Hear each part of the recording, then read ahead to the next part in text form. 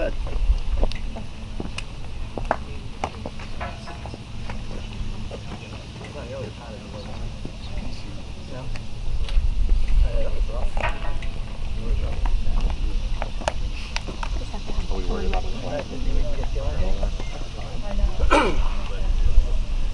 I think I've ever seen that before.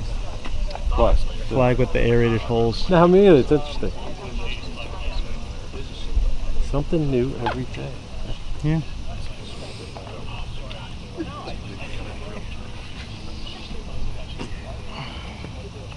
So the order is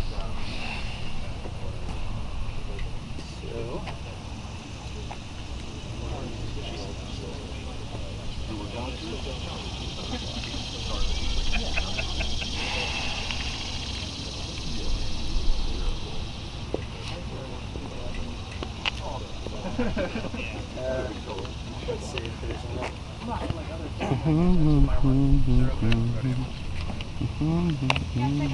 They're around singles on the show. I don't know why. Maybe you think Chris.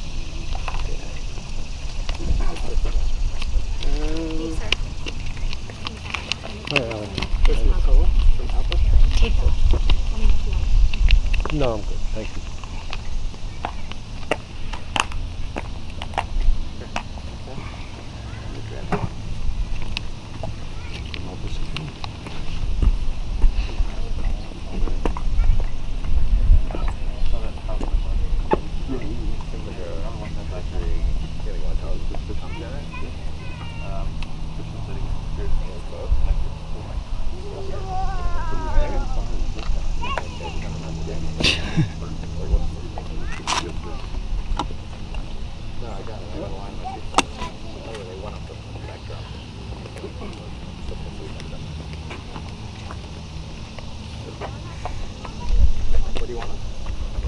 Yeah, everybody in the background? Yeah, everybody in the background.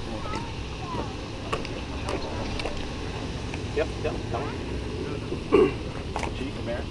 Go ahead.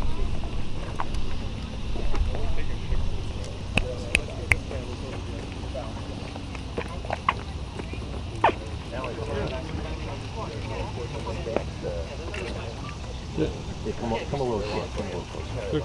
They're good? Yeah.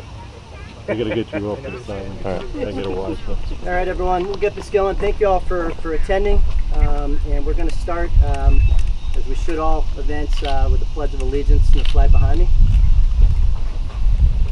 Pledge allegiance to the flag of the United States of America, and to the republic for which it stands, one nation, under God, indivisible, with liberty and justice for all. All right, thank you all for coming. I just want to briefly introduce some of the people that have joined us here today.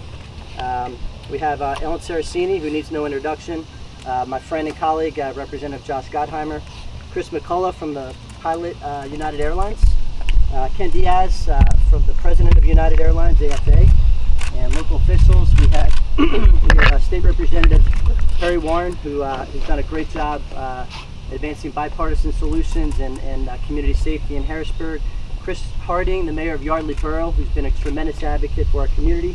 Milt Worrell, our sheriff here in Bucks County, again, who's really done a great job committing to keeping our community safe. Police Chief Ken Caluzzi, who we'll get to in a second, who played a very instrumental role, as Ellen can attest to, in the days immediately after 9/11 here in our community.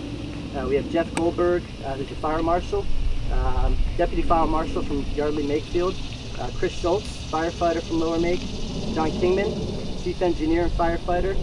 And with that, I want to touch upon basically what this bill is, what it's about. It's HR 911, and essentially it will require airlines to install inexpensive, lightweight wire mesh gates as secondary cockpit barriers in most commercial aircraft. And as you can see right in front of me here, the gates positioned between the passenger cabin and the cockpit door would help prevent a 9/11 style terror attack by blocking access to the flight deck whenever the cockpit door is open during flight. And it was introduced as the Saracini Aviation Safety Act, HR 911, with my colleague Josh Gotteheimer, Andre Carson, and Peter King of New York. It currently has 86 co-sponsors. And Senator Casey introduced the Senate version, S911, in April of 2017. And we're here this morning also to honor the memory of the nearly 3,000 people who were killed on 9/11, including the 18 from Bucks County, who are inscribed in this memorial right behind us. It's been nearly 17 years since our community members lost their lives on that horrific day. And surely we all have not forgotten. In fact, that's the point of this memorial here. And since then, we have witnessed the power of the individual, the courage and selflessness and patriotism of everybody in our community. But it was hometown remembrance and love that gave rise to the peaceful, lingering beauty that is this memorial that we're standing in today. This place captures the natural splendor of Bucks County and remains a place to seek solace and reflection. And this natural setting remains a place to seek solace and reflect upon the souls lost, whose names were carefully carved onto the sweeping memorial to remain forever, much because of the work of Ellen Saraceni here. And we remember Ellen's late husband, Captain Victor Saraceni, a former Navy pilot who flew United Flight 175 with another pilot, 7 flight attendants, and 56 passengers. On the morning of September 11th, armed terrorists stormed the cockpit of United 175, killing Captain Saraceni and his first officer, Michael Horrocks, hijacked the aircraft and flew it into the South Tower of the World Trade Center. And today, though, we aren't here to relive the tragedy, but rather to remember it and to act upon it, and to honor those who we've lost. And none of us would ever choose to go through that day again, but all of us must choose what it is we take away from it. And we think of the firefighters and first responders, the people who went rushing into danger when the whole world was running away from it. And I remember how tragic those events were, as we all do. We remember where we were on that day.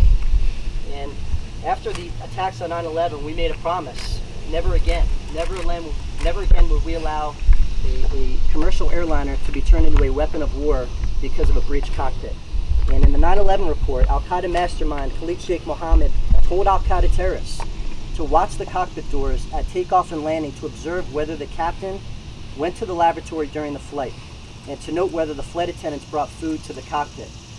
We all know what happened when these attackers stormed the flight deck and turned an airliner into a weapon of war.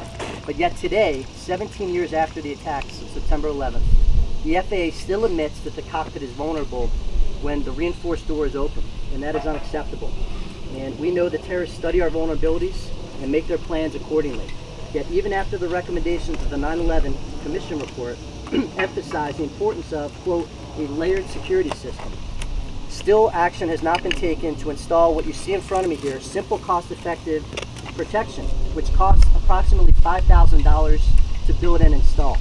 Think about the tens of billions of dollars we spend on aviation security to keep our airlines safe, from TSA to FAA to air traffic controllers to security at airports, and yet this step still has not been taken.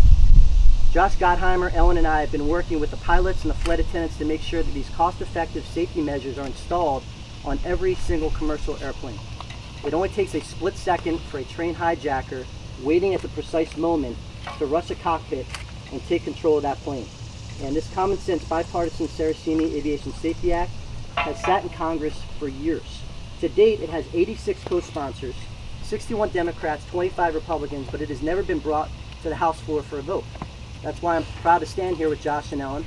And Josh, who you're going to hear from in a second, is the co-chair of the Problem Solvers Caucus, which he's going to talk about how that's relevant to this bill that we're seeking to advance. So with that, I'm going to introduce Ellen Saraceni, who needs no introduction.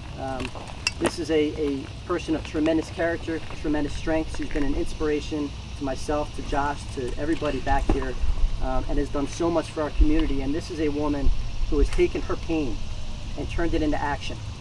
We can't control the things that happen to us in life, but we can control how we respond to those things. And Ellen has responded in an absolutely heroic fashion. Everybody on Capitol Hill knows Ellen because she makes sure that they know who she is. She has dogged determination.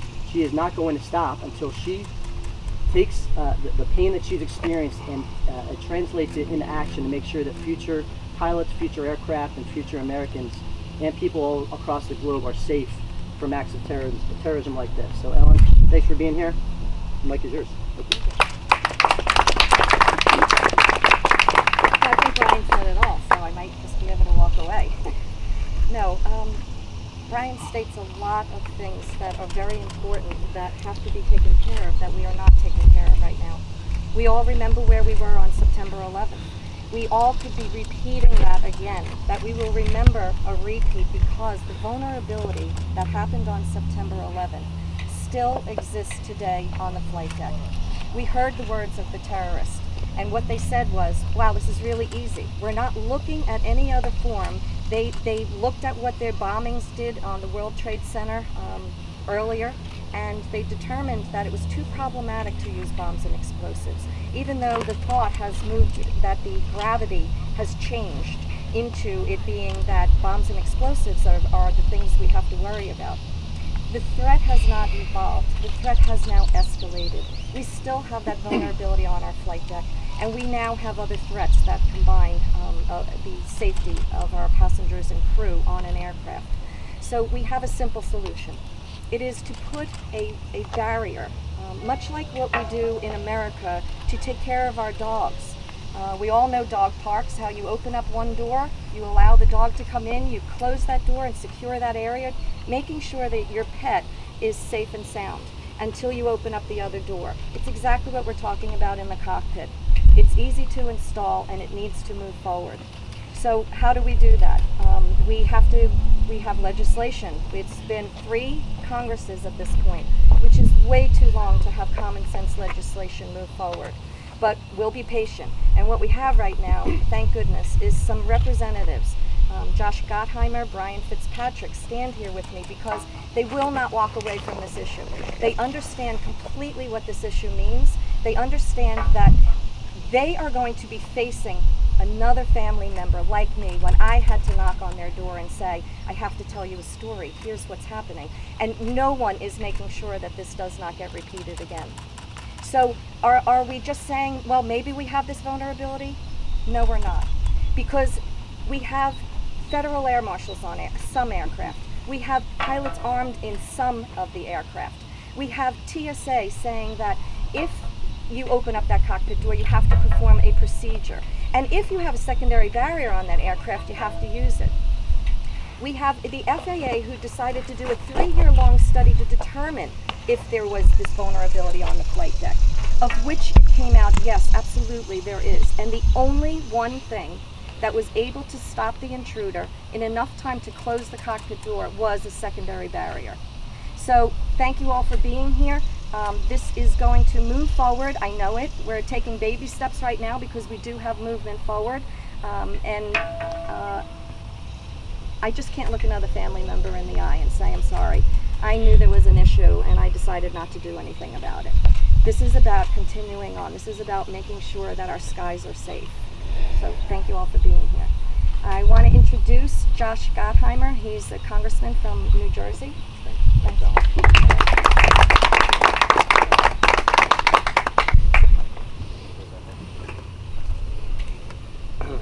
Morning.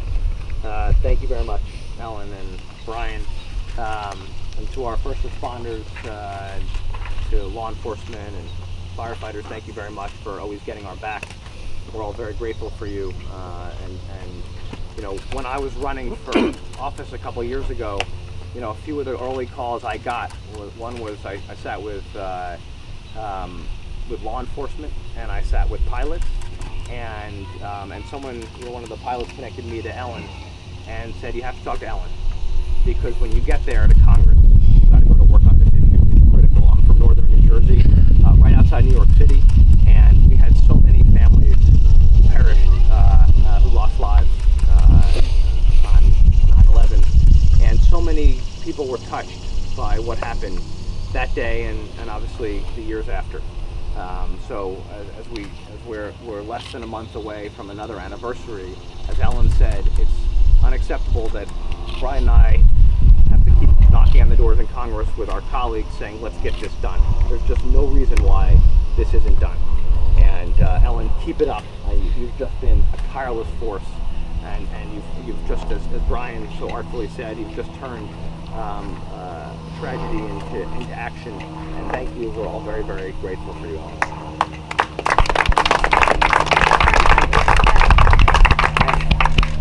And I just want to thank Brian Fitzpatrick for his excellent leadership and for being a fiercely independent voice for Buck and Buck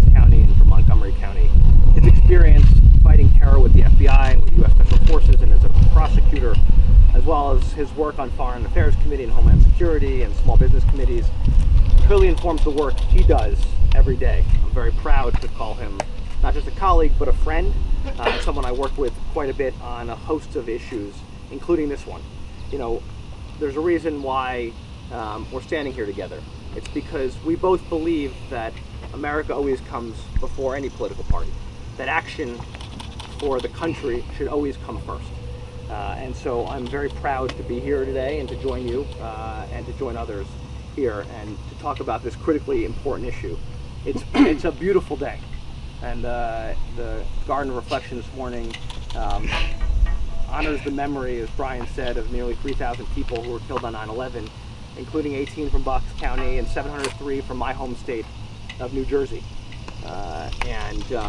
One of the people I also first met with early on was Chief Zadroga, whose son perished after 9/11 in the cleanup, because we had so many people who that we're remembering today who lost their lives that day, but also lost their lives after, who were on the pile for so long.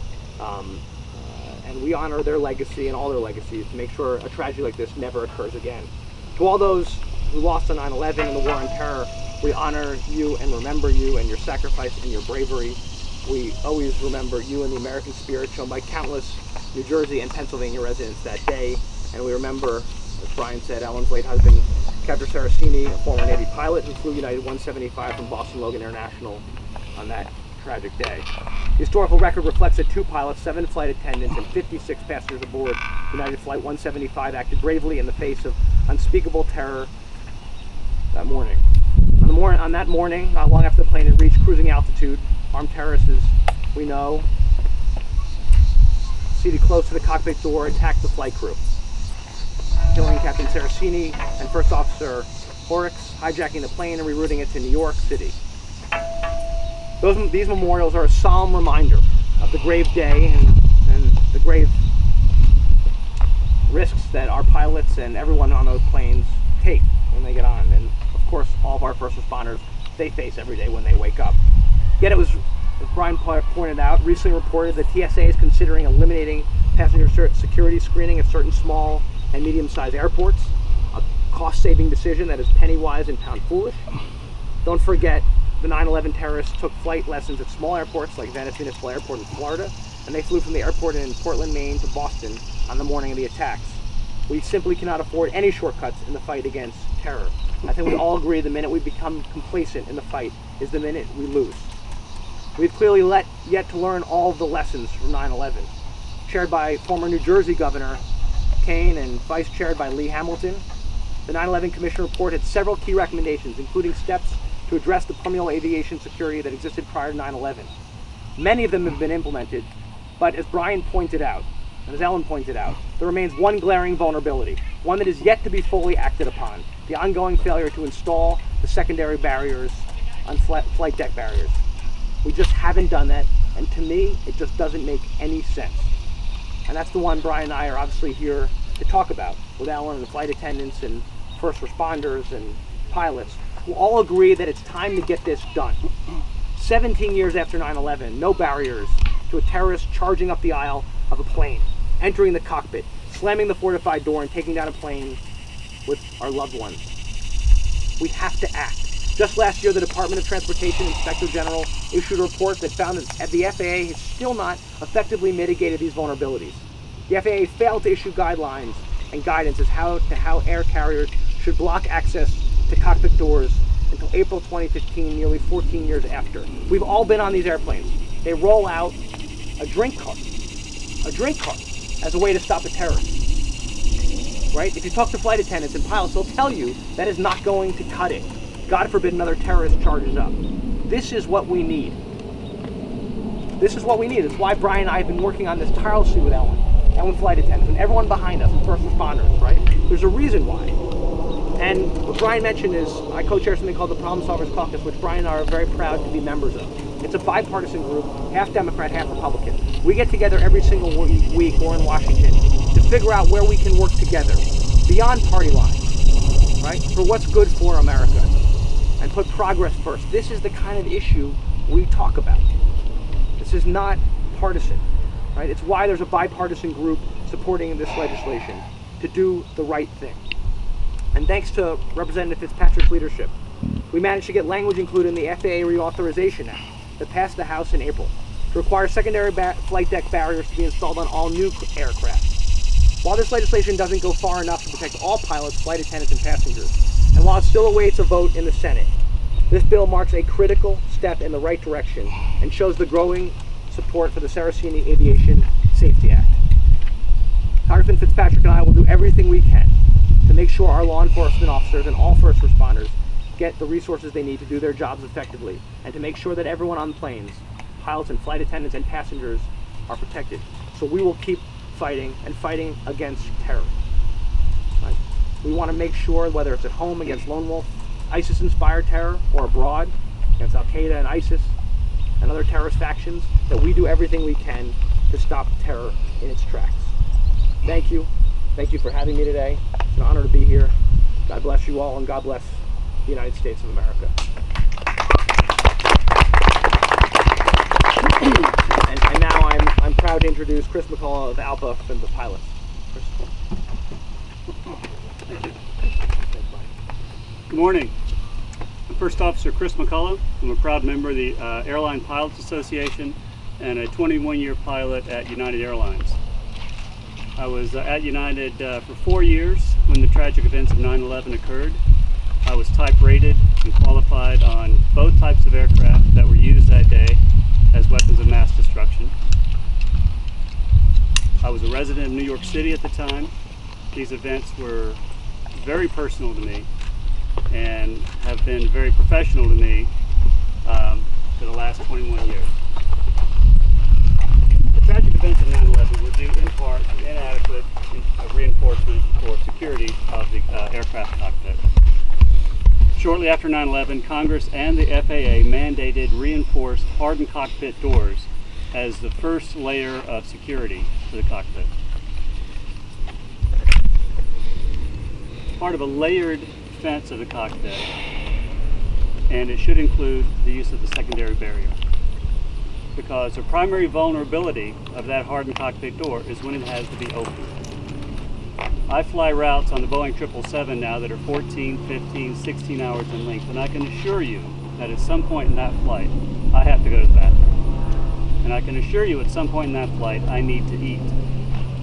All right, that door has to be open to allow me to the lavatory and for the flight attendants to pass up our meals.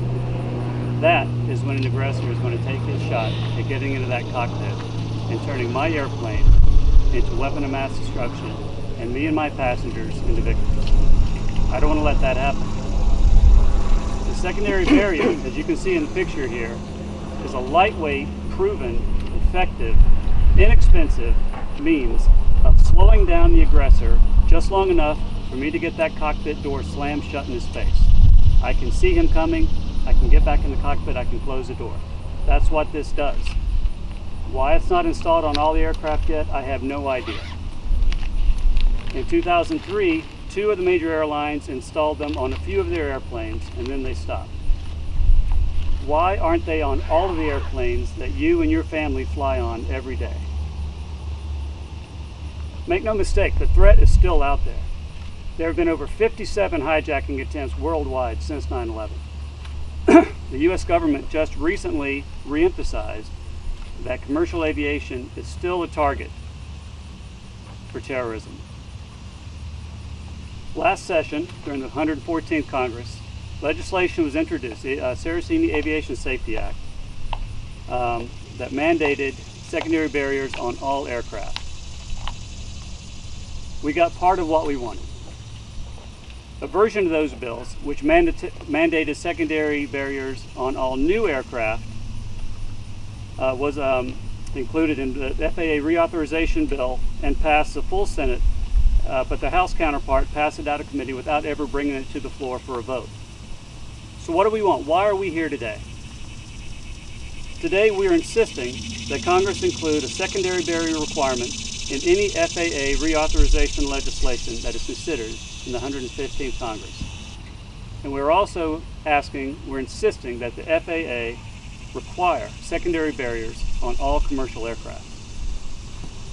Thank you very much for your time. It's my honor to be here today to speak on this very important topic.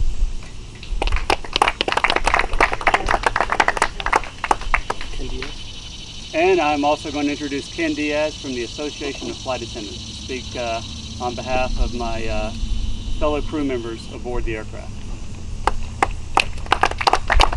Good morning, everyone. My name is Ken Diaz. I'm the president representing over 24,000 flight attendants at United Airlines.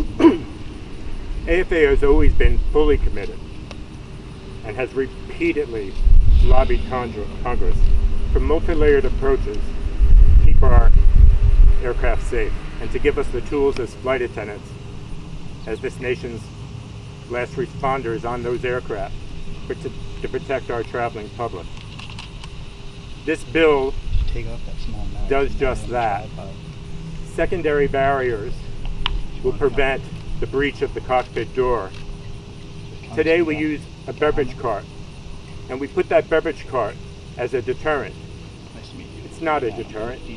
If anyone was to rush that cockpit door today, that beverage cart goes down in an instant, and that person is right over. That tragedy would not have happened had that cockpit door not been breached. Today we're faced at a time in this country where everyone talks about the politics going on in this country. I'm here to say today that we have two brave congressmen stepping up to the plate. Congressman Fitzpatrick and Congressman Gotteheimer realized that it didn't matter whether they had an R or a D behind their name. They were going to do right for Americans, right for everyone that flies on our aircraft. As a flight attendant for 20 years at United Airlines on 9/11, I was based in Newark. I was a purser that morning on a flight going to Chicago, sitting next to my fellow colleagues from Flight 93, who I never saw again. My family's personal tragedy got compounded when we found out that day that along with Ellen's husband, my cousin Angel Penna perished in the South Tower. And I looked at his 10-year-old and 8-year-old daughter at that time, and I said, never again. This is common sense safety legislation.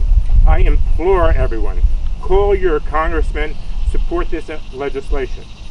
And to Ellen, words can't describe, and I'm speaking for flight attendants across the industry. She's been our hero.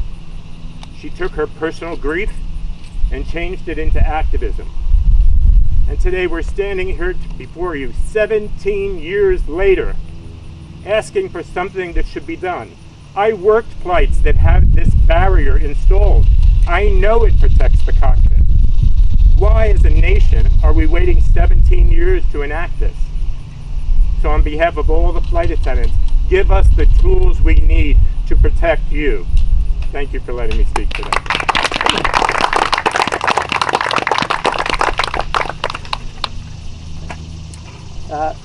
Thank you all for attending. I want to give our state representative, Perry Warren, an opportunity to say a few remarks. Thank you, Congressman.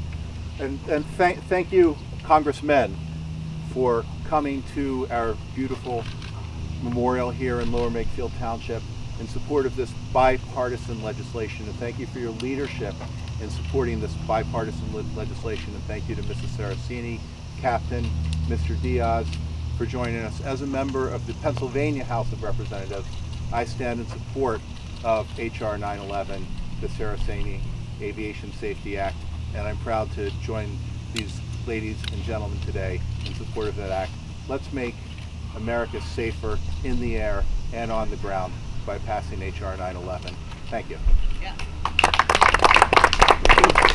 I just want to close by referencing a few pages of the notes of the 9/11 Commission report, which Ellen was kind enough to share with us. This is from Khalid Sheikh Mohammed, the mastermind behind 9/11. Khalid Sheikh Mohammed told them to watch the cabin doors at takeoff and landing to observe whether the captain went to the lavatory during flight, and to note whether the flight attendants brought food into the cockpit. Khalid Sheikh Mohammed, Khalad, and Hazmi also visited travel agencies to learn the visa requirements for certain countries. That's on page 54. Reference to page 149. One of the named terrorists claims that during their time in Spain, he and Mohammed Atta also discussed how the hijackings would be executed. Atta said that he and Jarrah had encountered no problems carrying box cutters on cross-country surveillance flights. Best time, in their mind, to storm the cockpit would be about 10 to 15 minutes after takeoff, when the cockpit doors typically were opened for the first time. Ada did not believe they would need any other weapons. He had no firm contingency plan in case the cockpit door was locked. While he mentioned general ideas such as using a hostage or claiming to have a bomb, he was confident the cockpit doors would be open and did not consider breaking them down a viable idea. This is coming directly from the mouths of the 9/11 hijackers. This would prevent that from happening, and yet still has not happened. And that's why I'm so thankful for Josh, my colleague, more importantly my friend, from coming down from New Jersey to support this. He was the very first person that approached me on the floor of the House on our very first day, earlier last year, this session when we got sworn in. And Ellen was also the very first person to come to me, advocating for this bill. These have been two champions. I want to thank all of our elected officials, Perry Warren, Milt Worrell. I want to thank Chief Ken Calusi, who again did a fabulous job in the days right after 9/11. This community was really impacted hard, as was our nation, and for all the other people that are here today. So Josh and I'll be free for questions off to the side, but I want to thank you all for coming. Thank you.